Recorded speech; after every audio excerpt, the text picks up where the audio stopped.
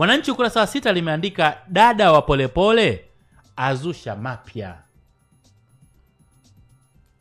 Dada wa Polepole azusha mapya.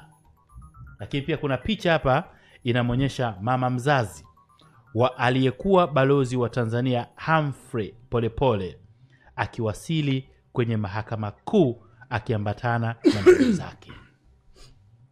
Sasa mahakama imekataa kuridhia kupokea ushahidi wa mdomo wa Christina Polepole ambaye ni dada wa Humphrey aliyekuwa balozi wa Tanzania kule Cuba. Mawakili wake waliwasilisha maombi hayo kwenye mahakama kuu masjala ndogo Dar es Salaam jana wakati shauri lilipoitwa kwa ajili ya usikilizwaji. Sasa wajibu maombi ni mkurugenzi wa mashtaka DPP, mwanasheria mkuu wa serikali, mkuu wa upelelezi kanda maalum ya Dar es Salaam pamoja na kamanda wa polisi kanda maalum ya Dar es Salaam. Hawa ndio wajibu maombi.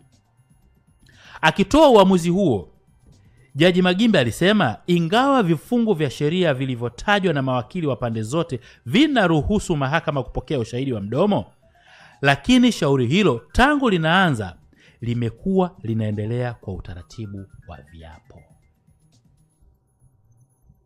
Alisema mahakama inaweza kubadili utaratibu huo kama kungekuwa na sababu za msingi ambazo.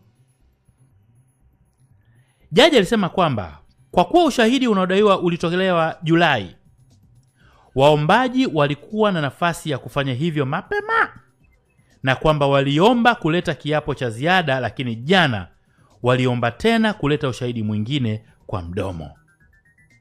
Sasa jaji akasema mahakama imesimamisha shughuli nyingine na kutenga muda kwa ajili ya shauri hilo, na kutokana na uharaka wake mahakama imelikataa ombi hilo.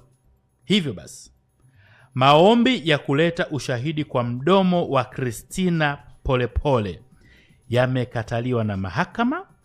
Kwa hivyo itaendelea mahakama kusikiliza maombi yaliyokwisha kuwasilishwa mahakamani.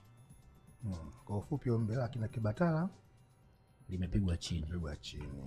Wamepewa nafasi waje na kiapo cha ziada, wanakuja na kiapo cha mdomo. Mheshimiwa Jaji Magimbe kaambia wewe hapana, no cavities hiyo tangia mwanzo ungesema tutaleta mdomo hapa baadaye.